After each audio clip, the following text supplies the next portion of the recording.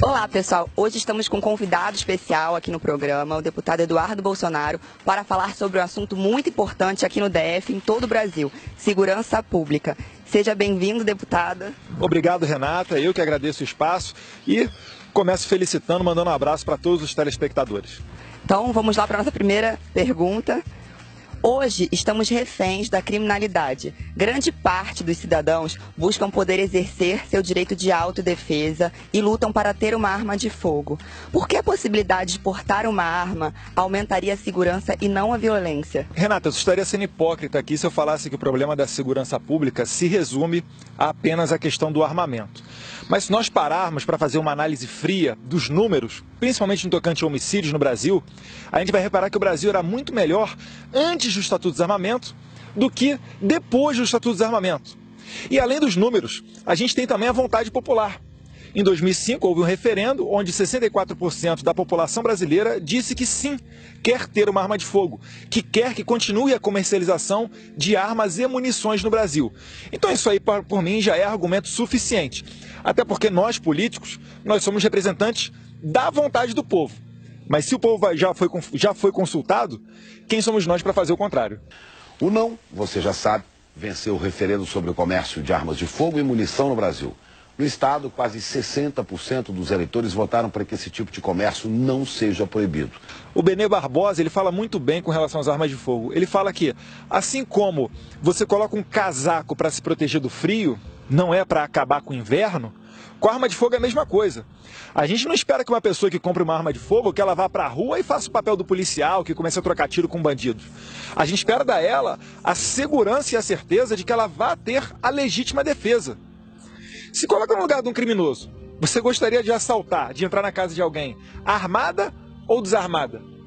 Então, quando teve o Estatuto de Desarmamento, o recado que nós passamos para a criminalidade foi o seguinte: fiquem bem à vontade que as suas vítimas estão cada vez mais vulneráveis. Ora, a gente fala de homicídio, mas também tem a questão do estupro. Eu quero ver um estuprador partir para cima de uma mulher armada, porque normalmente o homem fisicamente ele é superior à mulher na força bruta. Então são diversos aspectos que, na verdade, não são expressão da raiva, do ódio do bandido. Não. A gente quer que o bandido seja preso, mas, antes disso, a gente quer estar vivo para poder prender ele. E, além disso, além da questão da arma, um outro assunto que vem concomitantemente com esse, de maneira simultânea, é dar uma retaguarda jurídica para o cidadão poder se defender. O que é isso?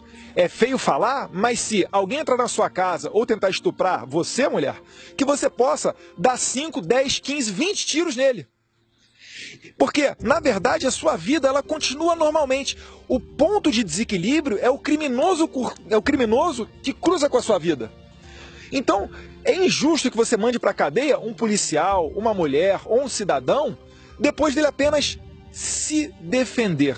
Então é isso que a gente tem que falar e, além disso, né, colocar governantes e ministros que estejam com esse pensamento, em consonância com a tropa que está ali na ponta, no dia a dia, fazendo o serviço mais forte, né, mais enérgico com relação à criminalidade, e passar para eles essa segurança. Se a gente não passar essa segurança, a gente vai ver, ano após ano, esses números de homicídio e estupro apenas aumentando. Bom, muito bem, acho que todas as mulheres concordam com o que foi exposto pelo deputado.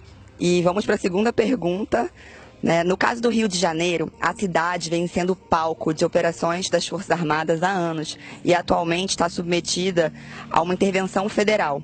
O senhor acredita que o Exército é a solução para a segurança e para a corrupção na polícia no estado do Rio de Janeiro e em todo o Brasil? O Exército ele pode ajudar muito, mas a gente sabe que o papel principal do Exército é a defesa nacional. Eu concordo com a utilização das Forças Armadas em operações pontuais, mas ela não tem como dar conta do Brasil inteiro. A gente sabe que o problema da intervenção federal não é apenas no Rio de Janeiro.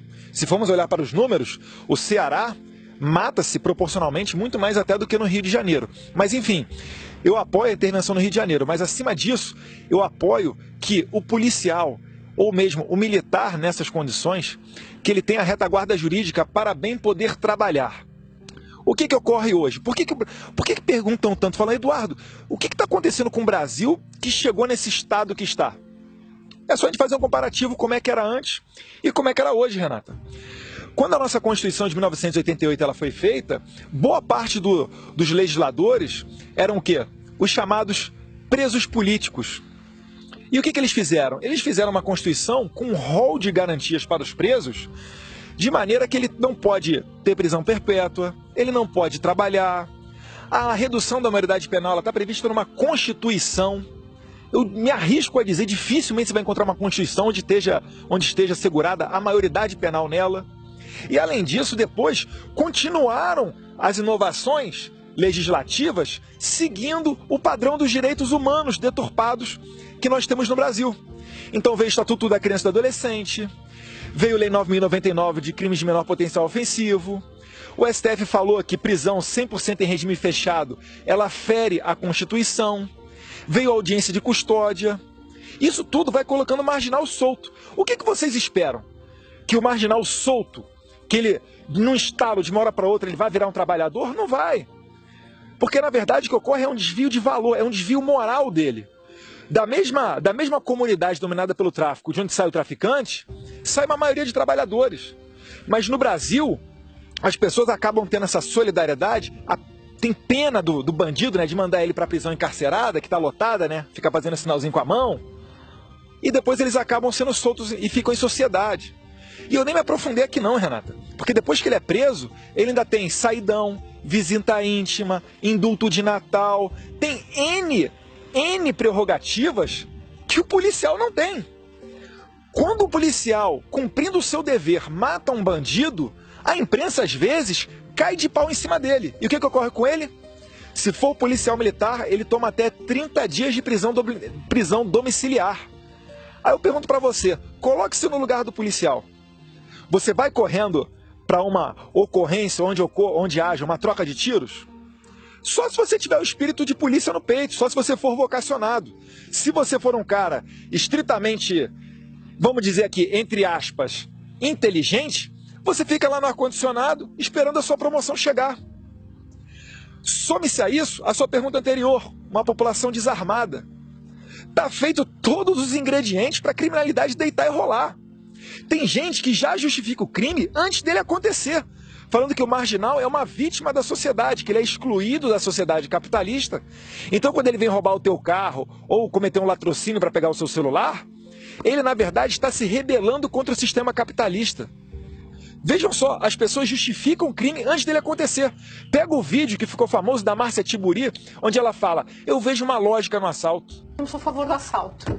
Você é a favor do assalto? Não, eu penso assim, tem uma lógica no assalto. Uma lógica no assalto. Eu não tenho uma coisa que eu preciso, eu fui contaminado pelo capitalismo, ou assim, eu tô...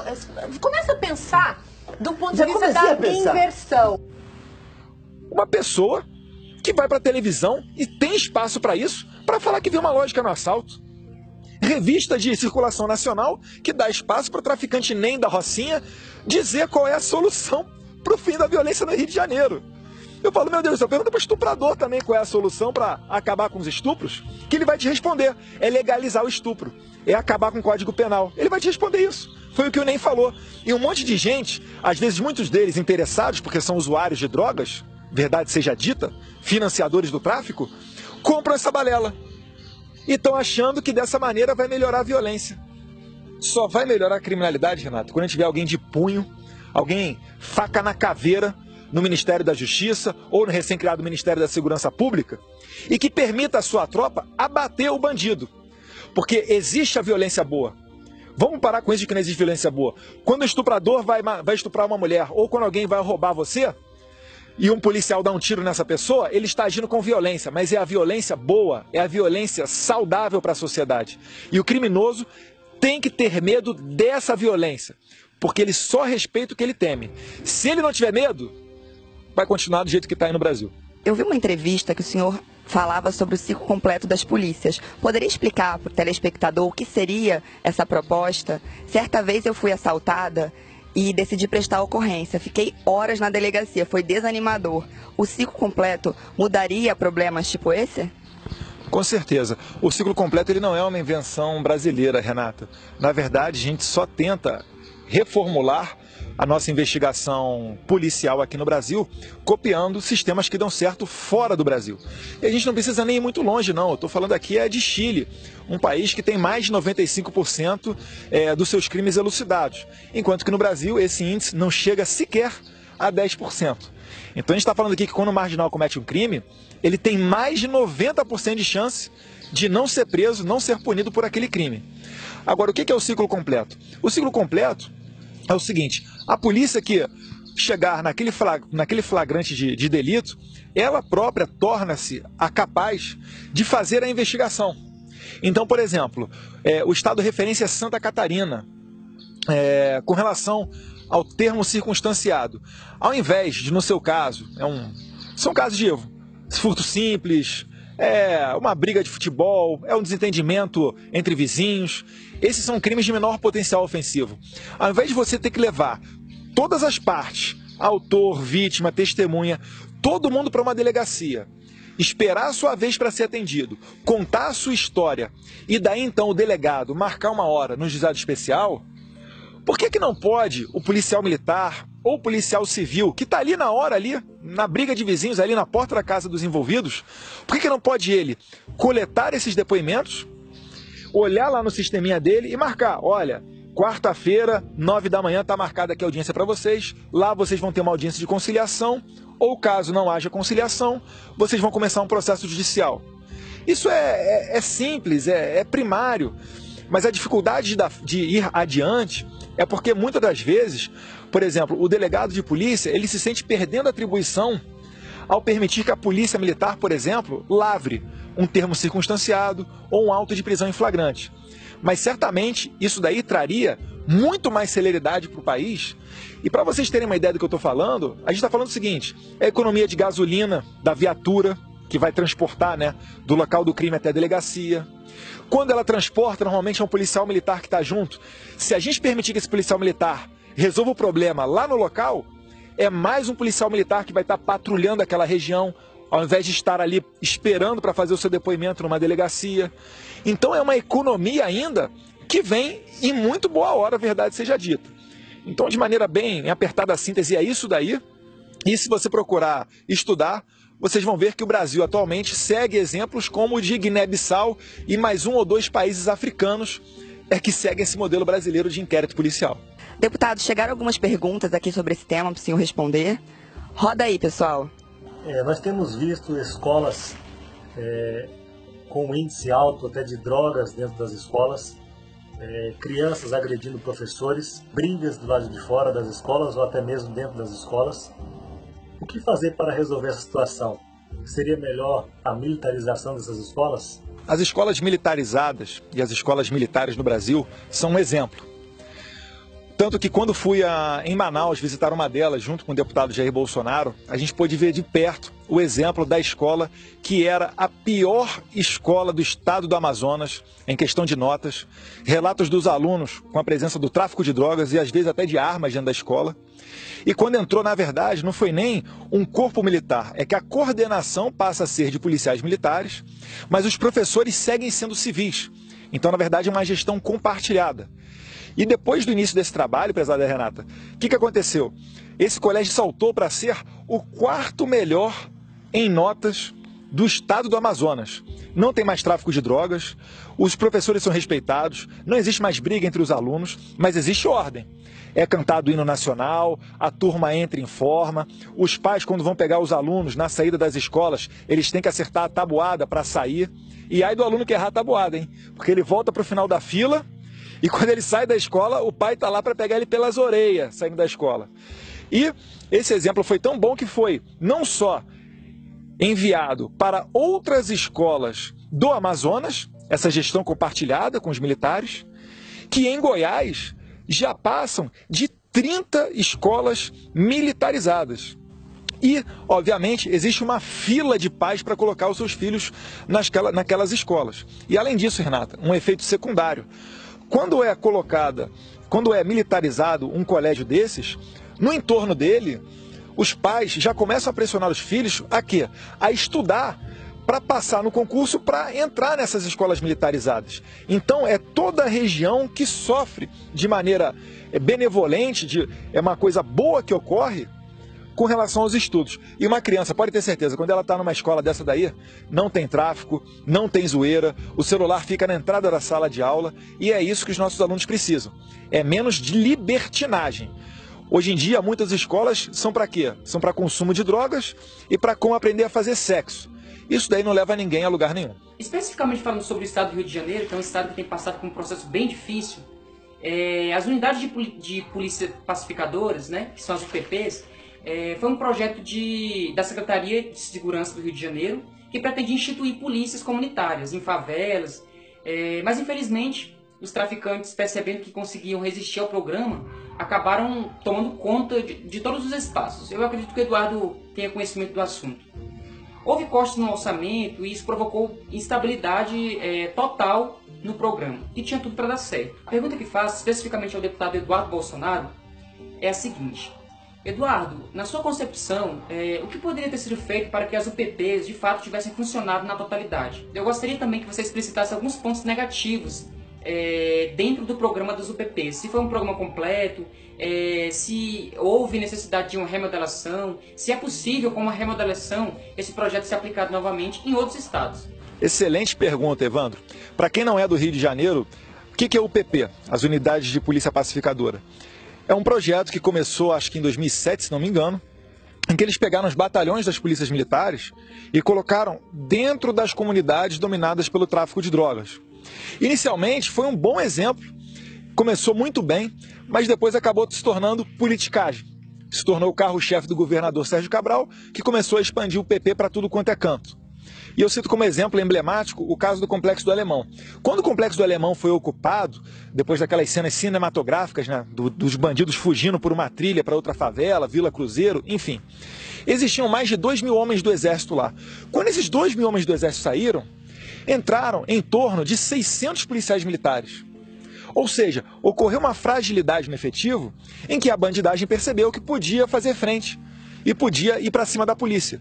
É por isso que a todo momento morre um policial no Rio de Janeiro, porque os criminosos não respeitam mais as UPPs e elas estão fragilizadas. O projeto até que é bom, mas o que precisa ser feito? Precisa recuar, porque a gente tem que respeitar, porque atrás daquela farda de policial militar existe uma vida, então tem que recuar para o tamanho em que o efetivo comporte realmente, que dê conta do recado.